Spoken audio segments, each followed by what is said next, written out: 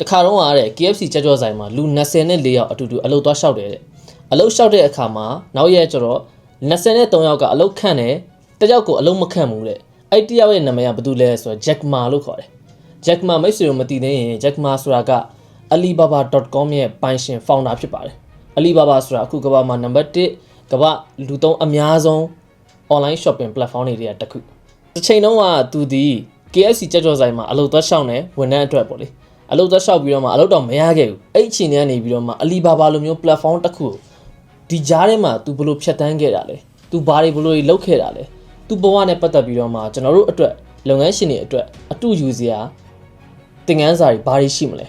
အဲ့ဒါတွေအကုန်လုံးကိုမိတ်ဆွေသိချင်တယ်ဗီဒီယိုရိုက်ပေးစေချင်တယ်ဆိုရင်ကျွန်တော်အဲ့ဒါတွေနဲ့ပတ်သက်ပြီးတော့မှကျွန်တော်အခုလေ့လာနေ study လုပ်နေတာ Jack Ma နဲ့ပတ်သက်ပြီးတော့မိတ်ဆွေသိချင်တယ်ဆိုရင် comment မှာ Jack Ma လို့ရေးခဲ့ပေးပါကျွန်တော်သူ့နဲ့ပတ်သက်ပြီးတော့မှ biography ဘဝဖြစ်စဉ်နဲ့ပတ်သက်ပြီးစီးပွားရေးနဲ့ချိတ်ဆက်ပြီးတော့မှဗီဒီယိုတစ်ပုဒ်ကျွန်တော်တင်ပေးမှာဖြစ်ပါတယ်